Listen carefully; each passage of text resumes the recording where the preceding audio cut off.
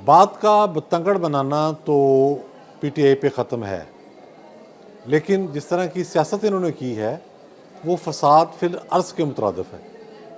फसाद फिल अर्ज़ क्या है? इस तरह की बातों को फैलाना और लोगों को बावर कराना जिसके नतीजे में मुल्की इस्तेहकाम ख़तरे में पड़ जाए, इसे भी हम फसाद फिल अर्ज़ कहेंगे।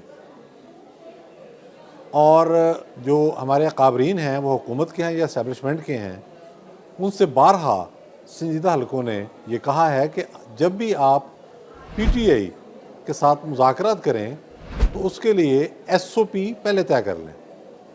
आपको इल्म होना चाहिए कि कहाँ किस वक्त कैसे मिलना है।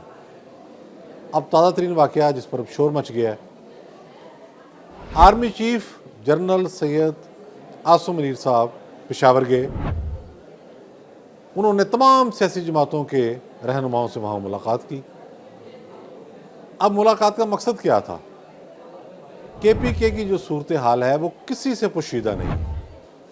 टीटीपी को केपीके में कौन वापस लाया, हंगामा रही, कत्लो गारत कैसे शुरू हुई, यहाँ तक मामलात गड़बड़ हैं कि वज़ीर आला केपीके अली अमीन गंडापुर साहब मगरिब के बाद अपने घर नहीं जा सकते। डेरा इस्माइल खां में जो उनका भाई घर है वहाँ नहीं जा सकते। मौलाना फजल रहमान बारहा बता चुके हैं, वो भी डेरा इस्माइल खां के रहने वाले हैं, कि वहाँ दिन के टाइम भी किसी की जान व माल महफूज नहीं। लॉ एंड ऑर्डर की सूरत हाल इतनी तशवीशनाक हो चुकी है। एक कर्नल साहब के वालिद साहब फौत हो गए, सर्विंग कर्नल, उनके भाई दो, वो भी बड़े सीनियर अफसरान थे। वो डेरा इस्माइल खां की मस्जिद में बैठकर लोगों से जो ताज़ियत के लिए आए थे मुलाकातें कर रहे थे। आप अंदाज़ा करें कि शहर के अंदर, सेटल्ड एरिया के अंदर तालिबान का एक गिरोह आया टीटीपी का और उन्हें अगवा करके ले गया। बाद में मशरान बीच में पड़े और उसके बाद उनको रिहाई मिली, लेकिन ये चीज़ बड़ी तशवीशनाक थी। अब अमन अमान की सूरत हाल हमने देखा कि पारा चनार के हवाले से जो खौफनाक हालात पैदा हुए हैं वो किसी से पोशीदा नहीं है।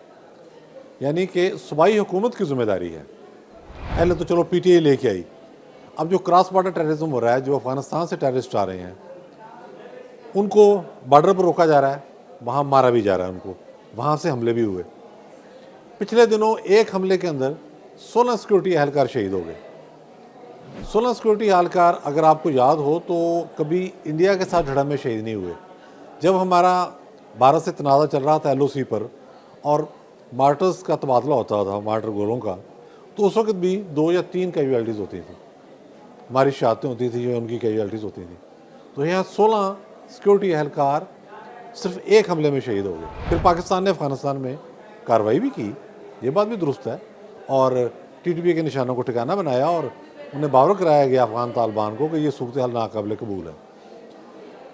अब ये बात कॉमन सेंस की थी कि जनरल सैयद आसिम मुनीर जहाँ गए हैं तो वो ये लॉ एंड ऑर्डर की सूरत हाल के वास्ते पहने गए हैं कि हमने अब जो कार्रवाई करनी है उसकी नेचर कॉम्बिंग ऑपरेशन की होगी, स्टिंग ऑपरेशन की होगी, जो भी होगी। उसमें सियासी जमातों को ऑन बोर्ड लिया गया, जो कि इंतहाई मुस्बत कदम था और है।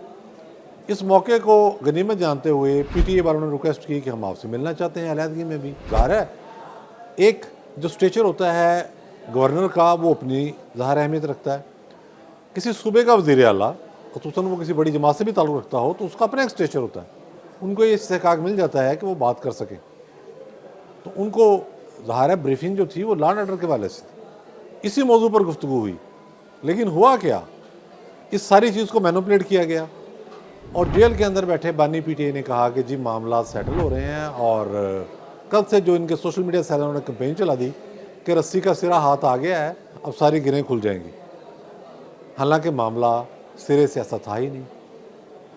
फिर उसके बाद हमने देखा कि बानी पीटीआई कह रहे हैं कि जो मुलाकात रही वो बड़ी खुशाइंद रही और इसके मुस्बत नतीजे सामने आएंगे।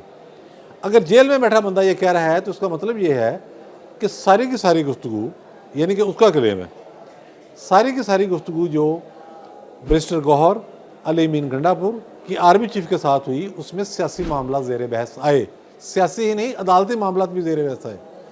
इस हद तक आए कि जैसे आर्मी चीफ ने कहा हो कि आपको सारे केसेस ख़त्म करके आपको हम बाहर ले आएंगे, ये इंप्रेशन दिया गया। बल्कि वो तो इस तरह से शादियाने बजाने लगे कि जैसे इक़्तिदार उनको वापस मिल जाएगा। इससे पूरे मुल्क के अंदर जो एक फ़िज़ा थी, जो एक सुकून था, ठहराव था, उसमें तलातुम बर्पा हो गया। और ये जायज़ बात है, ऐसा होता है।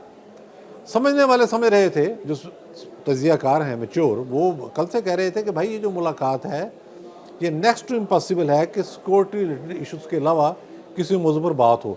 बाकी करने की बात कोई है ही नहीं, बात आपने करनी क्या है।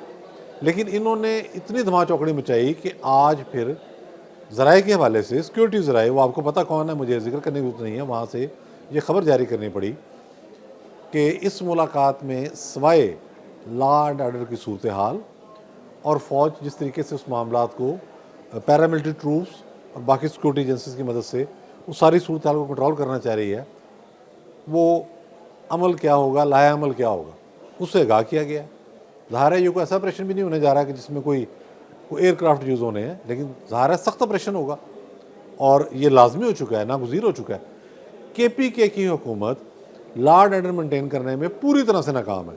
आप अंदाज़ा करें कि पारा चनार वाला मामला जो इससे हटकर मामला है, उसमें वो कहते हैं जी हम नई पुलिस फोर्स बनाएंगे। तो भाई पहले पुलिस फोर्स क्या कर रही है, वहाँ पैरामिलिट्री ट्रूप्स भी हैं।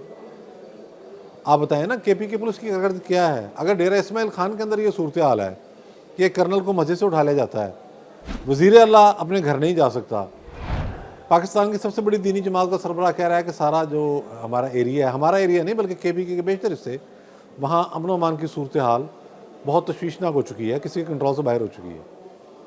तो ये इसी मौजू पर गुफ्तगू होनी थी। तो फिर ज़राए ने आज बयान जारी किया जिसमें बताया गया कि कोशिश की थी बैरिस्टर गौहर ने, जब ये मुलाकात हुई जिसमें बैरिस्टर गौहर अली मीन गंडापुर जो हैं ये आर्मी चीफ साहब को मिले, तो उन्होंने कोशिश की कि सियासी मामला पर गुफ्तगू हो, जिस पर आर्मी चीफ ने उन पर वाज़े कर दिया कि भाई ये सियासी गुफ्तगू का प्लेटफार्म नहीं है, ना ही हमने सियासी गुफ्तगू करनी है। सियासी गुफ्तगू आप हुकूमत के साथ करेंगे, सियासतदानों के साथ करेंगे। ये वही मौक़िफ़ है जो DGISPR यानी कि पाक फौज के तर्जुमान बार बार दोहराते रहते हैं कि सियासी गुफ्तगू का प्लेटफार्म हुकूमत है, सियासतदान है।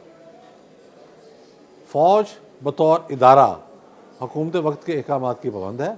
जहाँ उनसे मशवरा मांगा जाएगा, इनपुट लिया जाएगा, वो देंगे, ज़ाहिर है, उसमें तो कोई इसमें हर्ज वाली बात नहीं है। लेकिन ये प्रोपेगेंडे का जो खौफनाक तूफ़ान है, ये इस बात पर हमें एक दफ़ा फिर अलर्ट कर रहा है, हमें मुल्क के बड़ों को, कि जब आप PTI से मुज़ाकरात करने जाएं तो आपको उसके SOP पहले तय कर लेने चाहिए, वरना बात का बतंगड़ बनेगा, इससे इदारों की रेपुटेशन भी ख़राब होगी। देखें, ये वो पार्टी है जिसने ना सिर्फ सियासतदानों की रेपुटेशन ख़राब की, प्लानिंग के तहत की, इसमें कोई शुबा नहीं है, ज़ाहिर उनको कहा गया था कि आपने करनी है। उन्होंने एक एक सियासतदान का नाम लेकर झूठे इल्ज़ामात लगाए, गालम गलोच किया, ये सिलसिला आज तक जारी है। एक इतना बड़ा सोशल मीडिया नेटवर्क बना दिया, तूफ़ान बदतमीज़ी बर्पा कर दिया। उसके बाद ये इदारों के दरपे हो गए। जैसे ही आइनी तरीके से हुकूमत जाती है, ये इदारों के दरपे हो गए। इन्होंने जुडिशरी को कुचला, बदनाम किया, उसके बाद ये फ़ौज के दरपे हो गए और फिर ये मीडिया के दरपे हो गए।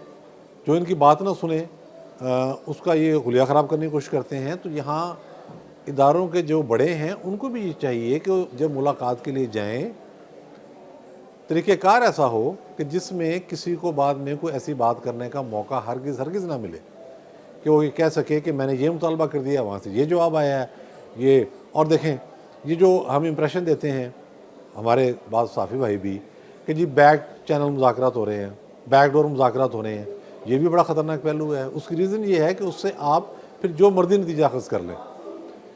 तो ये, और उसके बाद मुल्क के अंदर अदम इस्तेहकाम, PTI का टारगेट क्या है इस वक्त, इसमें कोई किसी किस्म का इबाहम नहीं है। PTI का वह टारगेट मुल्क के अंदर अदम इस्तेहकाम पैदा करके हुकूमत या इस्टेब्लिशमेंट को घुटनों के बल लाना है, ये उनका टारगेट है। जब आप उन्हें मौका देंगे प्रोपेगेंडा करने का, तो ये प्रोपेगेंडा के जरिए करना है, कोई गन फाइट तो नहीं करनी। वो तो उन्होंने सारा कुछ करके देख लिया, 9 में करके देख लिया ना। 9 में से बड़ा वाक़या क्या होगा, जब आपने कोर कमांडर हाउस नहीं छोड़ा, GHQ नहीं छोड़ा, ISI के दफातर नहीं छोड़े, एयरफोर्स की इंस्टॉलेशन नहीं छोड़ी, तो उसके बाद क्या रह गया बाकी। तो प्रोपेगेंडे के ज़रिए उन्होंने आपको जेर करना है। ये इस बात की ज़रूरत जो है पहले से बहुत ज़्यादा बढ़ गई है कि आने वाले दिनों में जो मुज़ाकरात हों उसमें पूरी तवज्जो के साथ और उसमें स्टेक होल्डर इस तरह से बैठे हों कि जो बात हो वो उसी वक्त सामने आ जाए। जितनी आप ट्रांसपेरेंसी रखेंगे मुल्क के अंदर उतना इस्तेहकाम रहेगा, वरना जो टोला मुल्क में अदम इस्तेहकाम पैदा करना चाह रहा है वो अपनी कोशिशों में खुदा न खास्ता कामयाब हो जाएगा। बहुत शुक्रिया।